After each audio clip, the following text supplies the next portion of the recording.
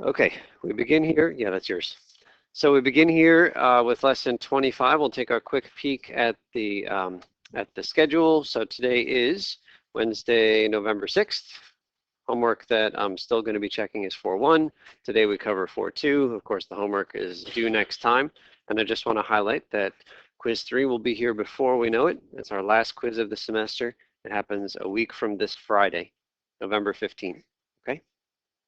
And one other funny business, there's no Monday coming up. Why is that? Veterans Day. So there are no day classes this coming Monday at GCC.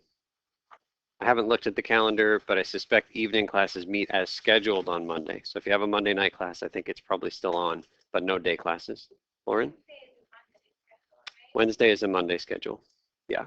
So this coming Wednesday, to make up for the Monday that we miss on Veterans Day, is a Monday schedule. Wednesday is a Monday. It won't affect us. We meet on Mondays and Wednesdays, so it makes no difference here. But if you have another class that doesn't meet Mondays and Wednesdays, then it might change things. Okay, so let's take a look here at the objective at the top. And can we start with Kyle?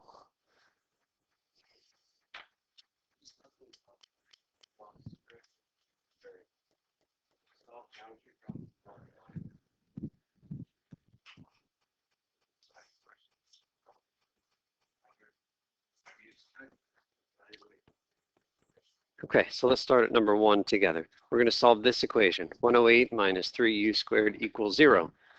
It doesn't look like that complicated an equation. Certainly we've solved equations that look more complicated than this, but why is this new?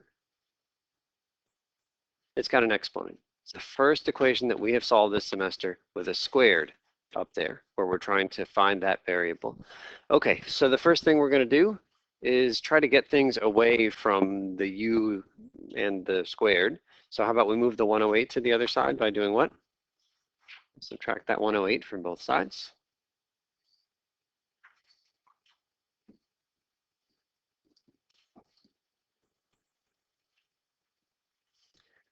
And the next thing to move is that -3. How do we move it? Divide by -3.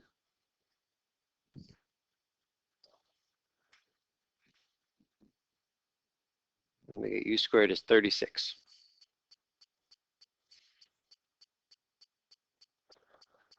Can anybody think of a number that when they square it, gives you 36? 6. So the answer is 6. Suppose that it wasn't as nice a thing as 36. What if it was 37? Right? There's no perfect, 37 isn't a perfect square. So I want like a mathematical thing that I can do to both sides, even if it's not a nice number like 36.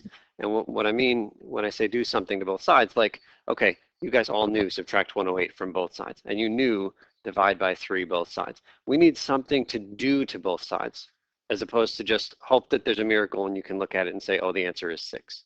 So what's the thing that we can do to both sides? Louder? Is the square root. We're going to take the square root of both sides. This is new for us this semester. That's right. Square rooting something is the opposite of squaring. Take the square root of both sides. That's the mathematical thing that we're going to do. So I'll put that over here. I'm going to copy the equation as it is in purple. U squared equals 36. And then I'm going to do the same thing to both sides. And that thing is taking the square root. So I'm going to put a square root symbol here and a square root symbol there.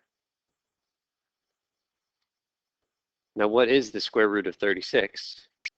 It's 6. It's the same problem that I asked you before, but here is like it's a procedure that we can follow, as opposed to just look at the number and hope that something comes into mind. So we took the square root of both sides. What is okay, so we said over here, the square root of 36 is 6. That's our answer. What is the square root of u squared?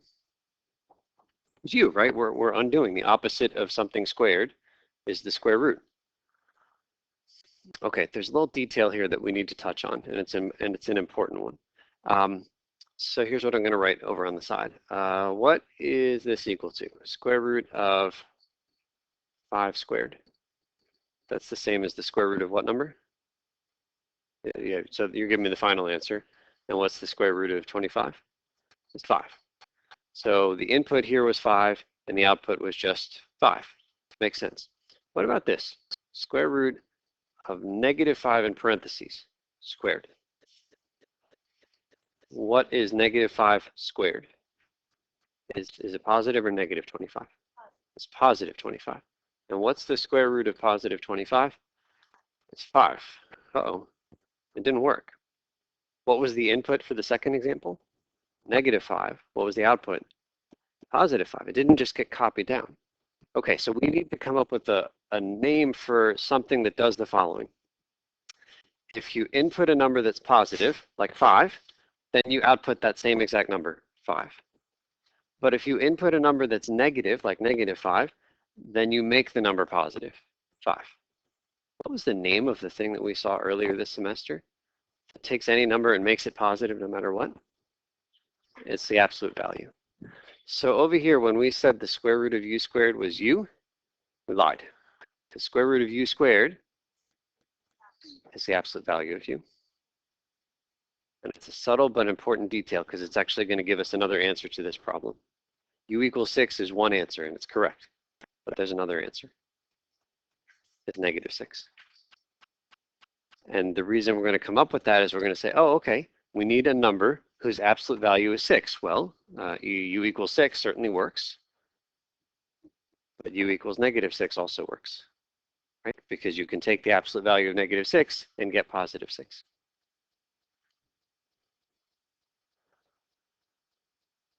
Okay, so I'm going to put this thing up here in stars. If you see the square root of x squared, your first impression is going to be just x. Your second impression to fix this is going to be absolute value. Okay, stars around that thing. If you see the square root of x squared, your gut reaction is wrong. It's not just x, it's absolute value of x. That's going to give us our second answer.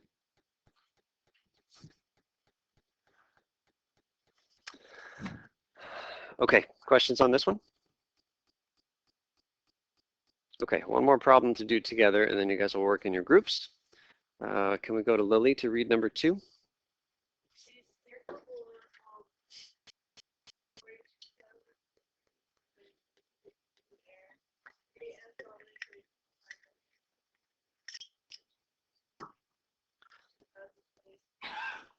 Okay, so we've got this table. You don't need to memorize any of the formulas in this table. We'll give it to you on any quiz or test where you need it.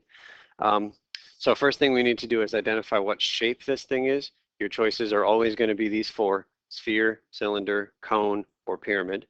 Which one is this balloon? It's a sphere. It says it's a sphere. Okay, so we'll highlight the sphere row. Everything else is irrelevant in this problem.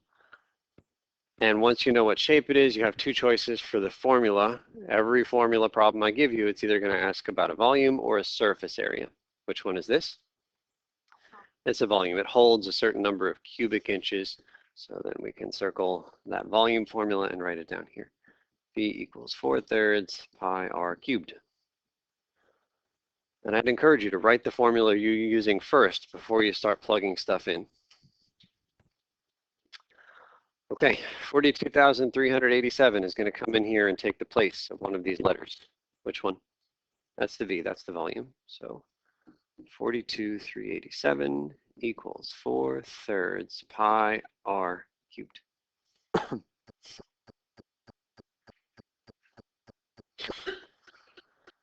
Okay, so we need to move stuff away from the r.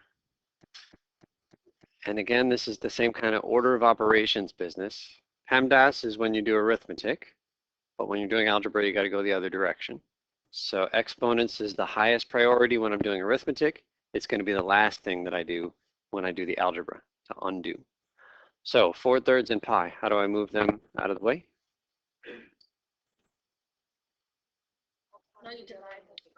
Divide by 4/3 pi, the whole thing, just as it is. Divide by 4/3 pi.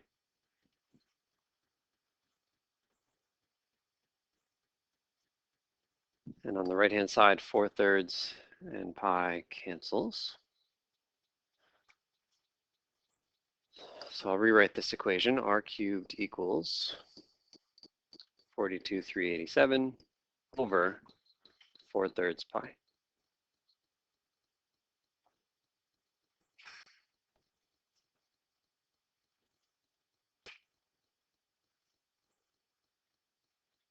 Okay, trying to solve for r. There's a 3 touching it that I need to get rid of. In the previous problem, we undid a square by taking what? Square root. We're going to undo the cube by taking cube root. So the symbol for that we've seen before. I'll put this equal sign over a little bit. Okay, so the symbol is a radical sign with a little 3 on the top left.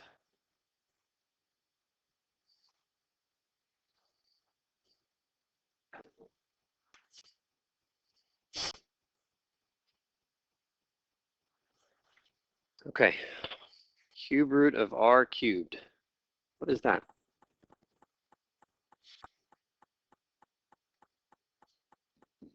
Is it r? Is it absolute value of r? Right, this is the part where we got to worry about that, forgetting that absolute value business. Okay, you're not going to like what I'm about to say. This one is just r. The one up above was absolute value of r, but this one is just r. Here's why. Suppose that you look at the cube root of 2 cubed. How much is 2 cubed? It's 8. 2 times 2 times 2. And how much is the cube root of 8? 2. Okay, that's fine. So 2 stayed at 2. That's good. Let's do the cube root of -2 cubed. How much is -2 cubed? Oops. So this is a -8, right? Negative times negative times negative, still negative. And what's the cube root of -8? It's -2. Because if you multiply -2 by -2, you get 4 times another -2 is -8. So the input was 2, the output was 2. When the input was -2, the output was -2. Did we lose the negative sign like we did up above? We don't lose it because that's a 3. Now, here's the good news for you. I'm only going to give you square problems and cube problems this semester. So all you have to know is if it's a square problem, absolute value is coming in. If it's a cube problem, we leave it alone. Sadie? Isn't it that if it's an even number of exponents, it's always going to be the absolute value, and then if it's like an odd number of exponents, just the value. That's exactly right. This is an even odd thing happening here.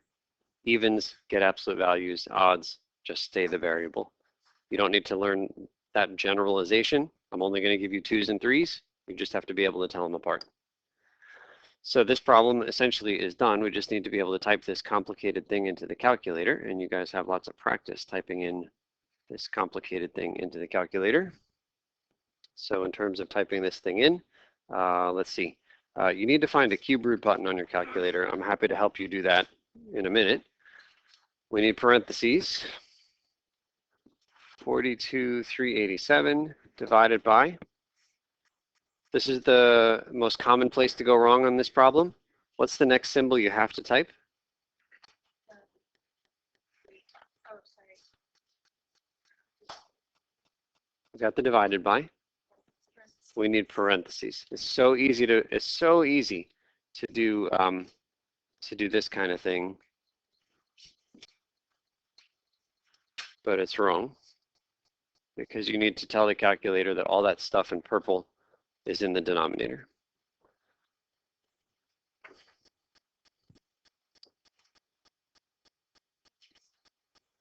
So this is how we type it. I'll do it up here. You guys are doing it there.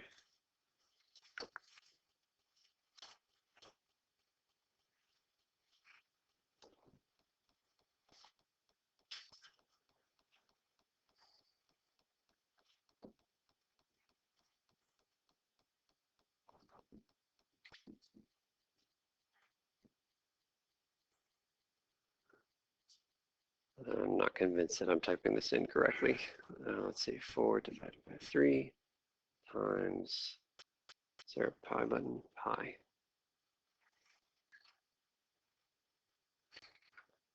Is that a number? What did you guys get?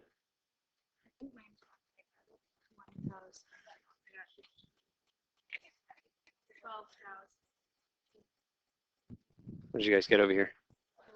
21.6? Yes? Okay, so a couple of folks got 21.6. Let's get some more digits because we said, I think 3. 21 point, one more? 633. Okay, so I got to learn how to use 629. Okay, I don't know how to do it on this calculator. I need to learn how to use that calculator, but I can show it to you on the graphing calculator. I know how to use this one. So this guy is kind of nice because you'll be able to see the whole thing. So it starts with the cube root. Again, I'll show you where the cube root button is on your calculator, but for me it's here. And then we're typing in all this stuff. Divided by parentheses 4 divided by 3 times pi parentheses parentheses 21.629. Although actually if we're rounding that, what happens to the 9? Yeah. If we're rounding it at the 9's place, we need to look at the next number, which is big enough to bump this up to his 30. So 21.63. Okay, so I'm going to walk around and I'll help people get this on your calculator, but while you're waiting for me, just start the classwork and let's see how far we can get.